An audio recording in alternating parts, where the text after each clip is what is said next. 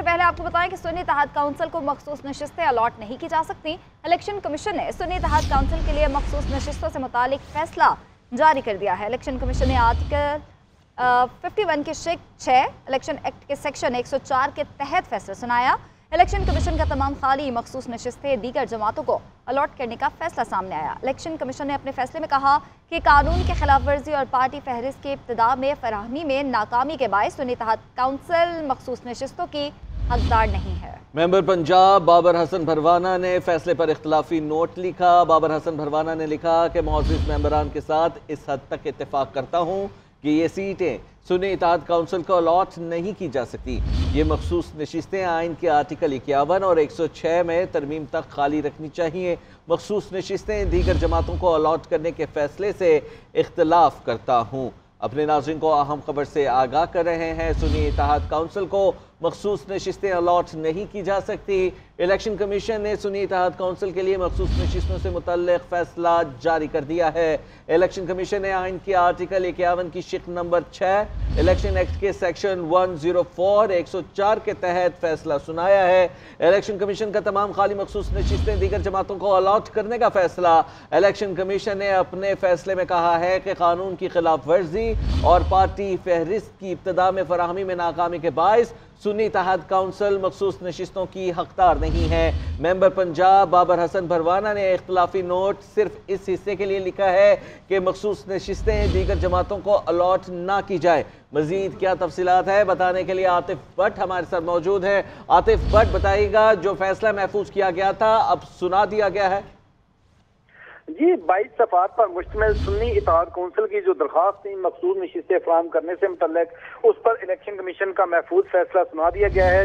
ये 4-1 के तनासुब से फैसला जो है वो सामने आया है, जिसमें इलेक्शन कमीशन की जानिब से सुन्नी इत्तेहाद जो काउंसिल है उसको मखसूस नशिस्तें ना देने का फैसला जो है वो सुनाया गया है। इलेक्शन कमीशन ने आइन के आर्टिकल 51 की शिक 6 और इलेक्शन एक्ट के सेक्शन 104 के तहत ये फैसला सुनाया है और ये फैसले में ये कहा गया है कि सुन्नी इत्तेहाद काउंसिल ने जो इब्तदाई जमा नहीं कराई थी, इसकी वजह से वो मखसूस नशिस्तों की हकदार नहीं है। इलेक्शन कमीशन ने तमाम खाली मखसूस नशिस्तें जो है वो दीगर जमातों को अलॉट करने का जो है वो फैसला दिया है। और बाबर हसन भरवाना की जानब से जो इख्तलाफी नोट सामने आया है, उनकी जानब से इस बात पर इत्तफाक किया गया है कि सुन्नी इत्तेहाद काउंसिल को जो है वो मखसूस नशिस्तें नहीं दी जा सकती।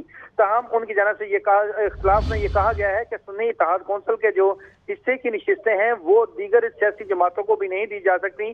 और उनकी जानब से ये राय दी गई है कि आइन में तरमीम होने तक ये नशिस्तें जो है इनको खाली रखा जाए और किसी को भी अलॉट ना किया जाए। ताहम इलेक्शन कमीशन की जानब से चूंकि अक्सरियती फैसला है और इस फैसले के बाद इलेक्शन कमीशन ने मुतलका विंग जो है उसको ये हदायत कर दी है कि दीगर सियासी जमातों को जो है वो नशिस्तें अलॉट कर दी जाए। इस हवाले से इलेक्शन कमीशन के मुतलका विंग ने काम शुरू कर दिया है। इलेक्शन कमीशन की जानब से सुन्नी इत्तेहाद काउंसिल की दरख्वास्त मुस्तरद कर दी गई है और मखसूस नशिस्तें ना देने का फैसला सुनाया है। जी अच्छा आतिफ, सुन्नी इत्तेहाद काउंसिल का लाहे अमल बताएगा, वो कोर्ट में जाएंगे?